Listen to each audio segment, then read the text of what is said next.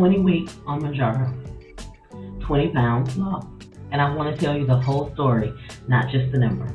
The weeks that were hard, the weeks that I felt stuck and frustrated, the things that changed that the scale never really showed, and why, as a nurse practitioner who has prescribed these medications before, I think my results are not just acceptable, they're actually really good, especially in a perimenopausal body. Welcome to Off Label with Fallon G, VMP. If you're new here, welcome. If you're not new, welcome back. I'm Fallon. I'm a dual board certified nurse practitioner. I am smack dab in the middle of perimenopause. I am a post-VSG bariatric patient dealing with weight regain, and I'm on my own personal journey with the medication Mounjaro. The content in this video is for educational purposes only. I am not your provider. Please speak with your provider before making any changes to your medication, your health plan, or your exercise regimen. Let's get into it. So let's talk about the numbers. I'm 5'1", so I'm a shorty. My starting weight was 260 pounds. As of today, I'm 240 pounds. And that is 20 pounds in 20 weeks. 1 pound per week on average. I am currently on 7.5 milligrams of tirzepatide or Mounjaro, and I've been taking 7.5 for about 8 weeks. My body has adjusted well to this dose, I think, and I think that I'm good to stay here for as long as I possibly can. Now, I want to say something specifically about the 1 pound per week. And before you start comparing them to what the clinical trials say, or even people you know that are losing massive amounts of weight per week, 1 pound per week at my height, at 5'1", also dealing with a very new type 2 diabetic diagnosis, now back into the pre-diabetic range, and also my weight starting out. This weight loss is clinically significant. It is not slow, it is steady. And for a perimenopausal body with a bunch of hormone fluctuations, steady is the goal. At 5'1" and a starting weight of 260 pounds, my BMI was approximately 49.1. That is class 3 obesity. This is episode 5 of my perimenopause playbook series. I wanted to give you a personal update or real life case study, if you will, on what these medications and a GLP-1 journey actually looks like in a perimenopausal body. Here's what 20 weeks actually looked like for me. And it was not a straight line, let me tell you. It has been a lot of ups and downs, and a lot of consistency and doing it anyway, I'll say. The first 4 weeks, so the first month that I was on Mounjaro, I've only had 1 or 2 episodes of nausea. And I mean like small episodes. So I did not have real huge problems with nausea or constipation. I have stuck with doing my injections on Wednesdays, and I started doing that because that's like an administrative day for me, and so a day that I could really hone into how I was feeling, if I was having any side effects, and actually take note to them. The food noise completely went away. Like, this was the shock for me. It completely went away. First of all, I didn't even know I had food noise. I just thought everybody thought about food that way. I know, even as a provider, I really thought that because it's what I had known my whole life. But the food noise completely went away, and it has stayed away. The only time that I had noticed that I felt like it was coming back slightly was right before we increased from the 5 milligram to the 7.5 milligram. Right before my doctor's appointment, and we went up on the dose. That was the only time that I felt like there were a couple of days where I was opening the fridge and just standing there like, okay, well, I'm not really hungry, and closing it back. So that was like those habits that I used to do, and I noticed them coming back slightly. But as far as thinking about food all the time, no, that was completely gone, and has been, which I'm so grateful for. And the first month, I'm thinking I lost about 6 to 7 pounds. And then we went on to the next month. I did 2.5 milligrams for about 2 months. So even like the next few weeks, I was still on the 2.5. The scale kind of slowed down, like it wasn't coming off as much as it was before. There were probably 2 weeks in there where my weight didn't move at all. Now, I knew clinically that this was normal, right? We all know logically, especially as a provider. I knew clinically that this was like water shifts, and the first weight drop that was bigger was mostly probably water, um, and hormones fluctuating and that kind of thing. But living that and knowing it are two different things. Like it doesn't, we know not to like weigh ourselves every day, right? We know that we're not going to change that drastically, but it's something about um, just our nature as human beings to want to see change when we're working hard towards something. So having to keep that in check for myself. We're all human. I still stay focused on my protein goals, which has been 125 milligrams a day, and trying to be good about my sleep. Starting to go to bed at about 11:30, sometimes 12, but really keep it like that, at least 11:30 bedtime, so that I knew I was getting enough hours of sleep. And I probably lost about 4 pounds that second month. Around week 9 to 13, this was probably the best stretch for me because now I was really into my routine. I knew what I ate every day. I was in my exercise routine really well at this point, being very consistent with my regimen, all of those things. My energy was really improved and has improved since then and continued to improve, where I'm not falling asleep in the middle of the day. I'm not feeling like I need a nap in the middle of the day. I'm able to complete everything that's on my list, if that makes sense. Like sometimes before, I would have this list of things I had to get done, but I would just start marking things off that I knew I wouldn't have the energy to do. And now I'm actually checking those off and not just marking through them and like moving them to the next day. You know how you have a plan and you just keep moving stuff to the next day and the next day? That is what I was doing before I started the medication and was feeling the fatigue and the brain fog and all of those things. And I probably lost around 5 pounds this month as well, 5 or 6. Week 14 and 15 were kind of hard. Right after I did that video about my lab review and all of that, I kind of hit a plateau. The weight wasn't moving as fast. Work was more stressful. Home life was more stressful. Just balancing everything. We're in the thick of the school year and the thick of the, work and all the responsibilities of being an entrepreneur, right, and being a business owner, managing all of those things. So everything just kind of piled up, and I definitely felt stalled as well, not just on a life point of like just trudging through the days, but also stalled with the weight loss. Even though I was being consistent, even though I felt like I was doing my routine, even though I was being strict on myself about a lot of things, like not eating certain things, really counting my calories every day, really counting how much I was working out. I started adding some cardio into my workout, like walking, doing the rebounder, that kind of thing. And still, even though I was doing that, I still noticed a stall. And this is kind of where my dose was increased to like 7.5. And I think that kind of shifted everything back into gear. And I probably only lost about 2 pounds this month. About 2 pounds around that time. And then currently, week 18 to 20, where I've been for the last few weeks, I feel like there's more momentum again. The loss is happening. I'm definitely recomping my body because I am doing weight training.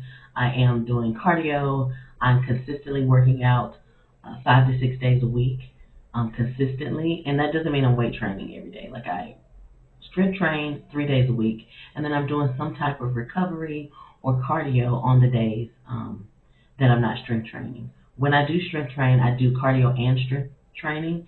And then on the days that I do not weight train, I do a cardio activity. Whether, like I said, rebounding, walking on the walking path, or soon I'll be adding in stationary bike. So I hope to get a stationary bike this weekend and get started on doing that, because sometimes you just need to change it up. Like, I don't want to get bored.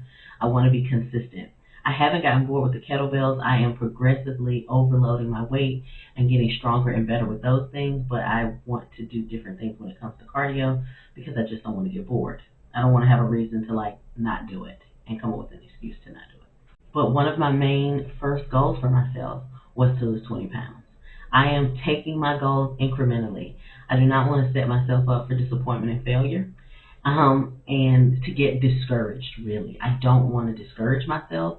And so for me, having those small incremental goals is what's helping me. The first thing was to reach 20 pounds, and the next goal will be 30, and then maybe 50 pounds will be the next goal.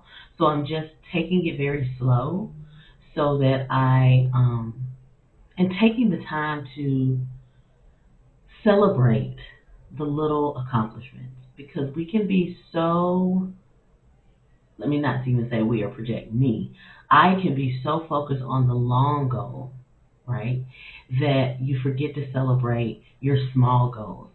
And in this journey, because remember, it's not a sprint, it's a marathon. And if you don't stop to celebrate your small wins, you can get really discouraged. And so I'm trying to prevent that for myself. And I hope that I can encourage you all to do the same thing. Just give yourself these incremental goals. 10 pounds. I'm going to work out 2 days a week. And just start being consistent. That's how I started.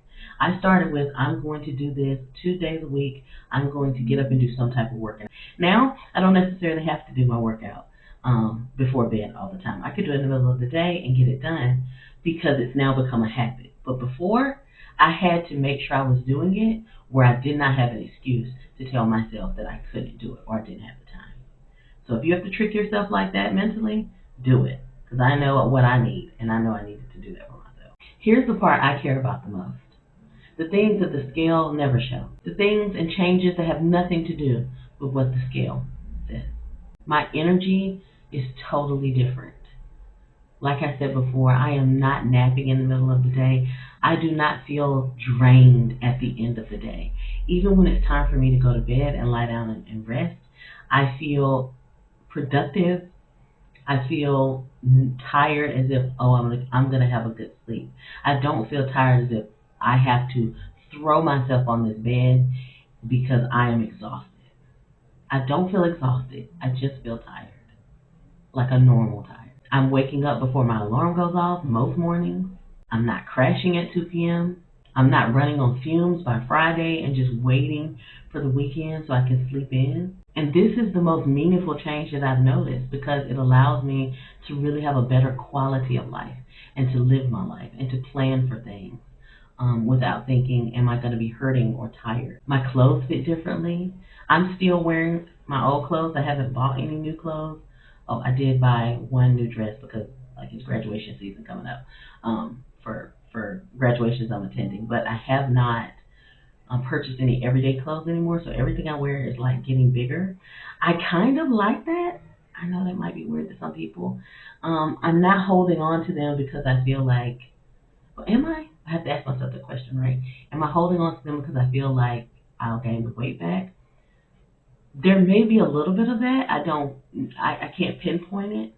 Right now, I like putting on my clothes and them feeling bigger because I feel like I've accomplished something. I feel like what I'm doing is working.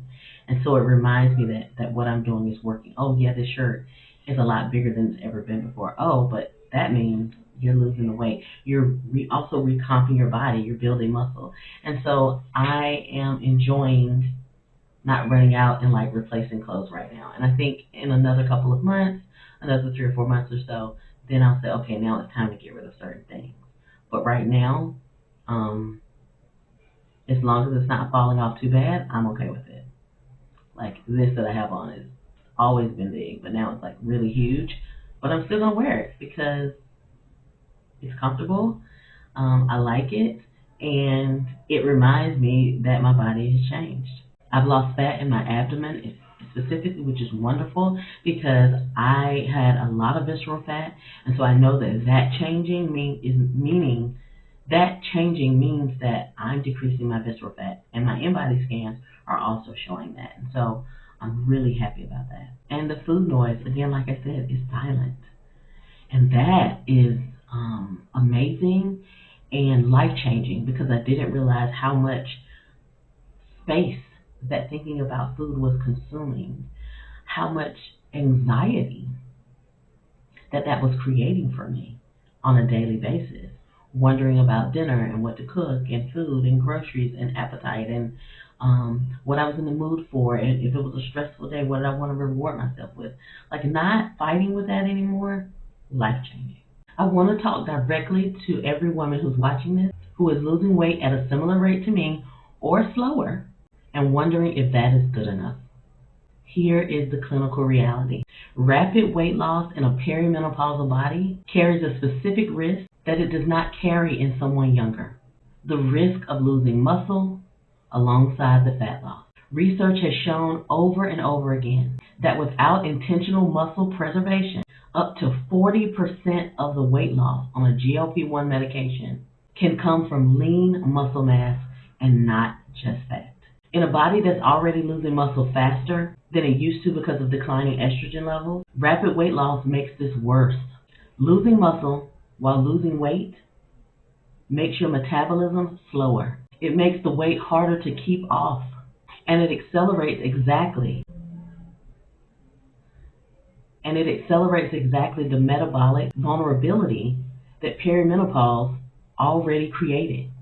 Steady weight loss with consistent protein and resistance training preserves more muscle. The scale then moves a little slower, but the body composition is significantly better.